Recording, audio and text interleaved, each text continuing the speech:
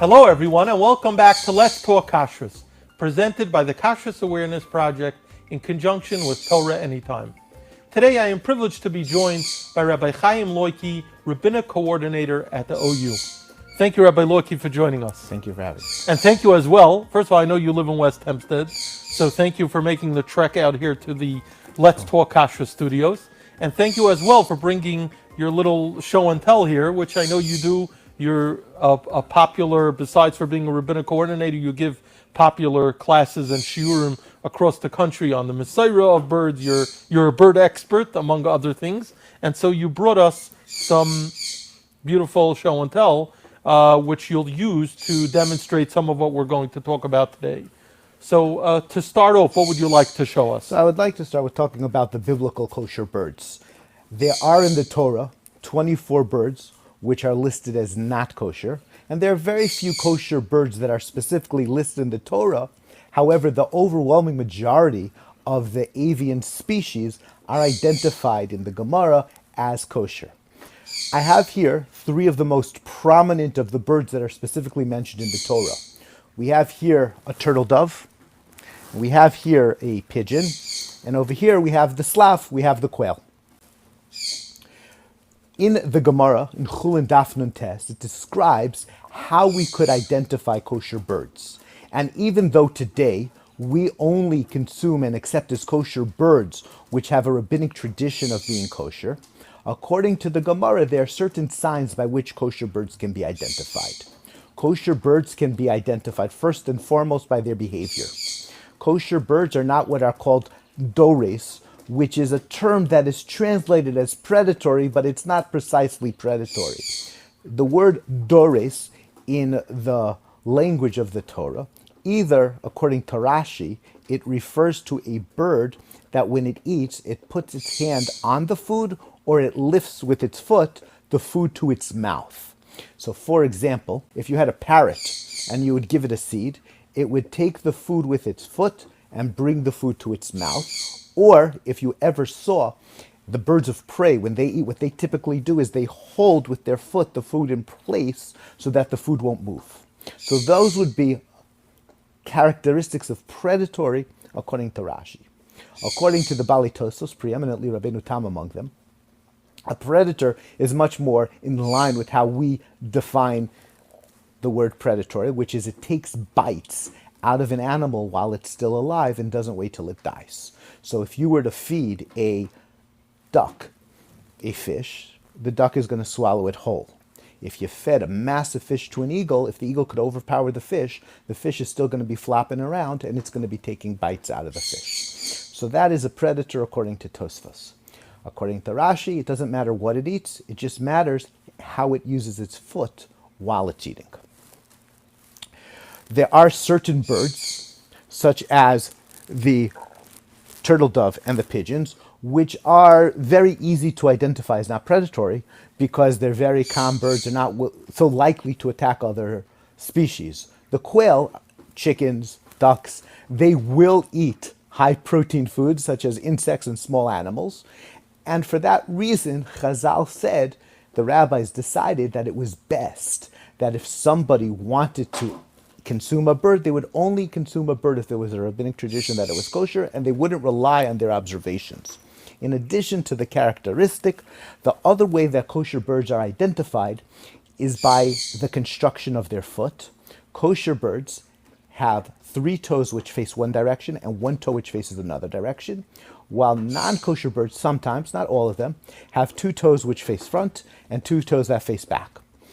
Internally, the stomach of a kosher bird, they have a stomach and then they have an auxiliary stomach. Kosher birds generally consume vegetables and grains, and we have teeth to grind up our food. The kosher birds, they swallow stones, they swallow seeds, and then inside they have an auxiliary stomach, a gizzard or a korkobun, and this korkobun is called niklef biyad. It has 2 pouches, an inner and an outer pouch, and it uses to grind the stones against the seeds, and as it grinds up the seeds, it's digestible. So that korkobun niklef biyad, this extra thick gizzard, that is a sign of a kosher bird. Is that the famous Heilige Korkobun? Yes. Of Rabbi Ber fame? Yes. or whoever your favorite Rosh Yeshiva from Europe was. And the other aspect of most kosher birds, with the exclusion, according to most achronim, of waterfowl, is they have a crop. They swallow the food. It collects in a pouch at the base of the neck. That's called a zefek, a crop. And before they finish eating, they can keep on collecting the food at the base of the neck, and then over time, as they want to digest it, the food moves from the zefek, from the crop, into the stomach, and where it's digested further, and that's how their digestive system works. So kosher birds have these three physical signs and this one characteristic, behavioral characteristic, while the predators generally are, first of all, predatory, and second of all, most of them, or a lot of them, have stomachs which do not have a discernible gizzard, where the gizzard does not separate into two membranes. Now, this conversation, this introduction that you gave us, is it merely, you'll forgive the term academic, to someone learning chulin and someone learning the halachas, or someone going into kosher supervision, or does it have a practical application to the kosher consumer? So in terms of the ability to identify birds based on their signs, that's, for Ashkenazim, it's primarily academic. There are some Sephardi communities which will rely on the simanim, on these kosher signs, but the Ashkenaz community, it's primarily academic. Obviously, if we were certifying a bird, or we were thinking about certifying a bird which we were certain was kosher, and then we saw it misbehaved, we'd have to reevaluate our certification. But first of all, that has not happened to the best of my knowledge in the OU. And second of all, that would be a terrible mistake, because that would mean that a lot of generations had been making mistakes. Meaning the mesorah is flawed, which would be a bigger problem. Correct, but there were achronim that discussed this, and they said if you have a mesorah on a bird that is kosher and it behaves in a way that indicates that it's not kosher, so mesorah, what do you do? Well, you abandon the mesorah, because presumably the mesorah was an error. You don't say that the species suddenly changed behavior. Correct. You say that for some reason along the line there was a broken chain of a mesorah of some sort. Right. Which is interesting. But this is a theoretical. We have not yet found any birds which we're eating in the last 2,000 years, and the Gemara talks about that. That deviated from this, you would call this system or these characteristics. Right. The Gemara in Chulin talks about situations where there were communities that thought a bird was kosher, and then they observed it and discovered it was predatory. But since the time of the Gemara, most of the communities have accepted to rely on rabbinic tradition and not outright research, and as a result, there haven't been too many instances where somebody has found a bird they're eating and discovered that it was predatory. What is one of the classic bird controversies that you could discuss with us, that has been discussed in Torah literature? So, I mean, the most relevant controversy is usually with chickens. And chickens are something that are very close to predatory. They're kosher. I'm not saying they're predatory. They're 100% kosher. But chickens can become very aggressive. And in certain cultures, they raise their chickens to be aggressive. And as a result, you can have a chicken that is going to behave in a way that's confusing.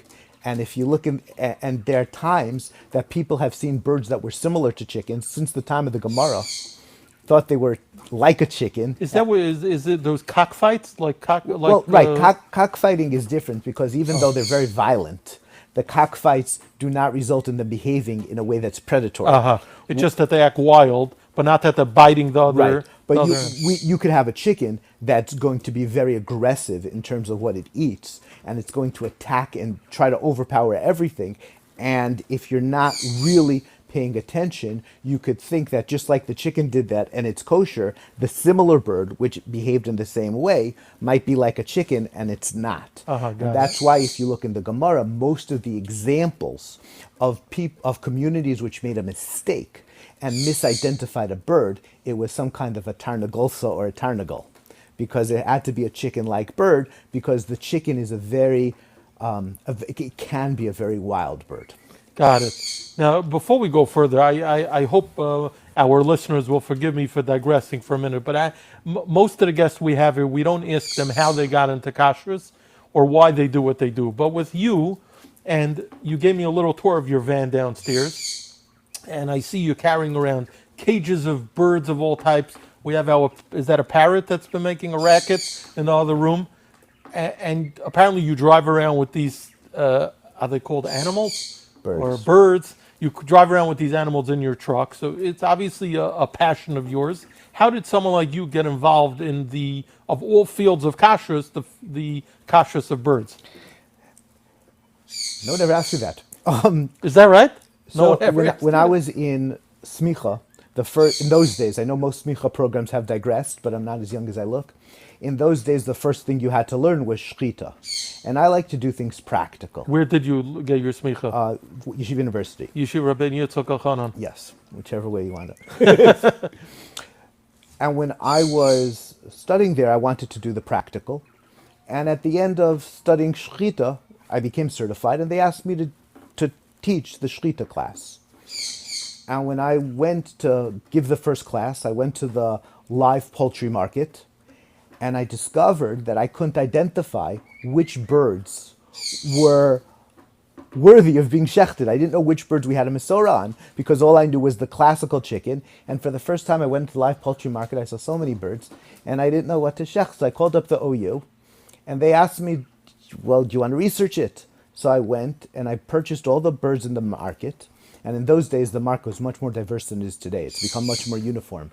And I went around with a number of Hasidic Rabbanim who spoke Yiddish, because the people I need to speak to obviously spoke Yiddish much better than English. I went to the old sheikhtim, and we presented the birds to them, and we said, what did you shecht? And after that, suddenly I was the person who knew, even though all I had done was go around for a few days with the birds. We documented it very carefully, but we went around and we just asked. That's fascinating. And then things just snowballed. Wow. So it was really it came from a desire to know more. Yes. You ended up becoming an expert in this area. Correct. And I guess that grew into, ultimately, once you finalized your smicha and you entered the kashrus field, this was naturally your field of endeavor. I found it very interesting, but I also found it a little bit tragic. As you know, we only have 613 mitzvos, and one of them, lahavda b'natame v'natochor, as it applies to birds, was on the verge of was not being preserved. And Wow. I felt that I had the opportunity to make sure that as much of the knowledge that we had, how to identify kosher birds, could be preserved. That's really, really eye-opening to think that for whatever reason this field wasn't being explored. Is that, I don't know if that's the right term. I'll tell you what I found is that many people were very, very supportive. Primarily, I mean, these birds are not expensive, but a lot of birds are very expensive, and I never had trouble having people say, don't worry about it, here's a credit card, do the research, figure it out. And, there were times where, I was sneaking into a nursing home with a box of birds, and sometimes I was driving a 26-foot-long U-Haul going around communities to identify different species. But it was really something that I feel, unfortunately, if I try to do it now, many of the people who I was able to speak to are no longer able to communicate. Here. Wow. I'm sure someone like Rabbi Belsky, who seemed to know everything, was someone who you consulted and spoke to. So I consider Rav Belsky to be my Rebbe in all regards. Every bird that I would say I know something about, whether good or bad, would be what Rav Belsky said. Take a moment to share how just incredible Rebbe Belsky's knowledge was in the field of everything. Well, I'm not fit to give him accolades, but what I found is that what he said was always right. It was just a matter of time until I understood what he said. Got it. So sometimes we'd show Rav Belsky a bird, and he would say, yeah, it's good, but we have to get X, Y, Z. And he would be correct. We'd find that, and it would be kosher. And sometimes we don't have enough information, and the information just wasn't available. And I don't think I'm fit to even describe Rav Belsky, Zichrona Livracha, but everything that I know about birds is attributed to him taking the time to really sit down and teach me. So from all those years of doing research, which you're indicating was really, you were kind of, I don't want to say you were breaking new ground, but you were really bringing information to the fore that may have otherwise possibly been forgotten. Preserving. You were preserving our mesorah. Yeah. What would you say is one or two of the biggest revelations that you discovered that you could share with us that we would understand? Well, my biggest regret is how much information was already lost. So, for example, I think everybody knows what a peacock is, and there were many communities that there is adequate documentation that they accepted the peafowl as kosher and they consumed the peafowl. You can see Shalos and Shuvos written the last 100 years about treifas and peafowl. You could find communities that speak about it. I've spoken to children that remember their grandfather shechting it, but I couldn't find any sheichet who is able to testify that the peafowl was kosher. Wow. And as a result, the Ashkenazi community does not have any evidence, to the best of my knowledge, that peafowl can be consumed. Very interesting. Well, what's another example Of of such a thing, a revelation that you discovered in the course of your research?